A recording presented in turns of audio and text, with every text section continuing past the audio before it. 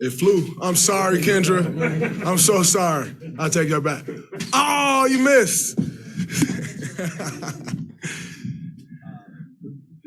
How big of a role Oh, huge. We weren't able to get out in transition. They were at the free throw line all night, playing against a set defense the whole time. That's hard for any team. So, that's a big part of the game plan. I think we did a great job of it. The first few games, terrible tonight, but came on the road 1-1, go finish it at home. You're six, obviously. Changed the game, right? Can you take me through that? Yeah. Aaron Gordon got behind the defense. I took a swipe at the ball, called a foul. It is what it is.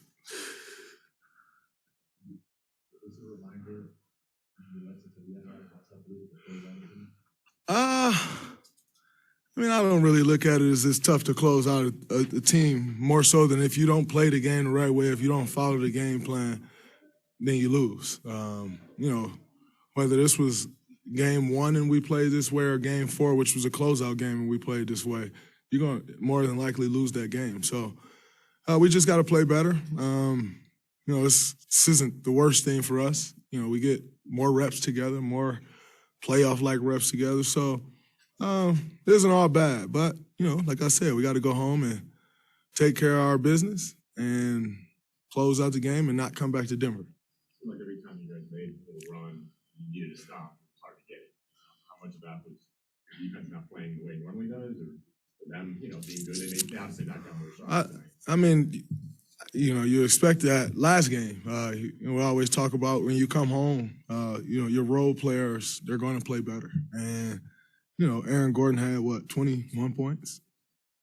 10 for 13 from the line. That slows us down. Monte Morris with 24 points. Those are – it's tough to overcome that. Bones Highland off the bench with 15 points. So you start getting that many guys off and you give yourself a chance. And, tonight they did that. Now, like I said, it's on us to come back, go home. And when you come on the road, the goal is to win 1. We wanted to get greedy and win 2. We didn't do that. You go back home, take care of business, and move forward. Do you expect the atmosphere to be like Wednesday? And not just with the crowd, but you guys knowing that's a chance at home to close it? I expect the atmosphere to be great. I expect it to be loud. Like I said, like you just said, we got an opportunity to go home and close a series. You want to do that. You don't want to mess around. They got one game. It's a good team with MVP player on their team. They're not going to just lay down. So, they came out, they played well. Like I said, I expect our atmosphere to be loud. I expect guys to be bouncing off the wall, and go out and take care of business. They hit 15 threes, and Steve said he thought they got more back cuts than they had at all. Was it just miscommunication in 10 of them? I think we definitely had a bunch of miscommunications. Over helping at times when we shouldn't have, not helping enough when we should have. But you got to give them some credit. They played with more force. They on both ends of the floor. So, take this one on the chin. Bounce back on Wednesday. But we got to defend without fouling. And, when you're playing against a team like this and you give up those back cuts, it allows guys to gain confidence. And I think we did some of that early. They gained confidence. And once you get the team confident, then you got to deal with them. And, so it's kind of the way tonight went for us. Thought he looked incredible. He played well. It was great to see him ready once his number was called. He brought energy, helped us gain our traction. And, although, we didn't cut the lead as much as we wanted to going into the half, we gained some traction and some footing, and we came out in the second half and we got off to a good run, and they made their run. But I thought he played really well. He was ready for his opportunity, and that's all you can ask for from a guy, is to be ready when their number is called, and he was great. In your mind, what does Jonathan need to do to stay on the floor longer? Just keep doing what you're doing. Ultimately, he's a rookie. And as a rookie, you have to gain the trust of a coach in the regular season. Then you have to gain the trust again during the playoffs. And so he has to gain more trust. And that's that comes with time. You don't just, you're not just given trust. That's something that you earn. And for him, he earned some trust today. Now you keep building on that. When your number's called again, you build on that again. But this is a championship contending team. You just don't get minutes because you play well. You take advantage of your minutes that you do play, and then if your number's called again, you're ready. His number wasn't called again today, but he was ready. Maybe his number's called again next game. But all you can do is work your minutes. And he worked his minutes tonight. That's all you can ask for. 37 minutes. Do you expect him probably back in the start? I'm not sure. What that looks like. We'll see. I don't make that decision. So maybe he will be back in the starting lineup, maybe not. We'll see. Steph missed his first 5 shots, but then obviously got in the rhythm and still scored 33 points. It was a big part of the fourth quarter push.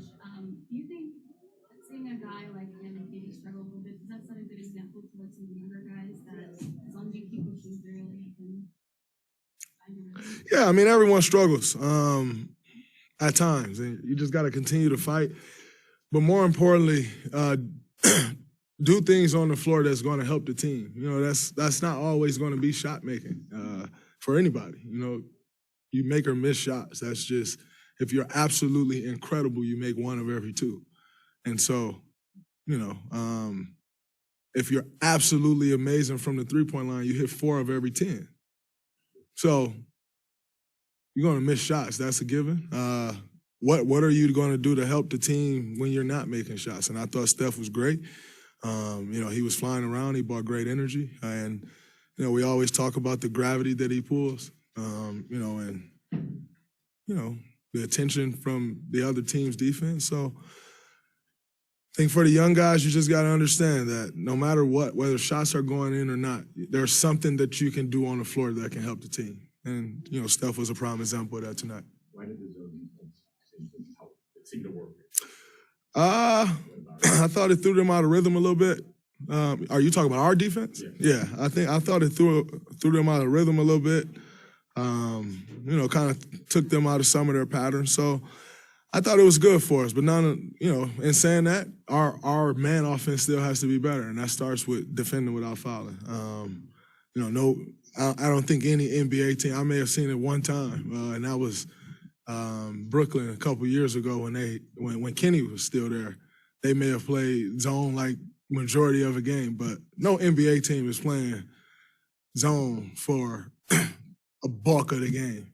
And I thought our man defense was pretty shitty tonight, and that falls on me. I have to be better. I can't foul out of the game, and I can't start off the game fouling. We had a great trap with me and Loon.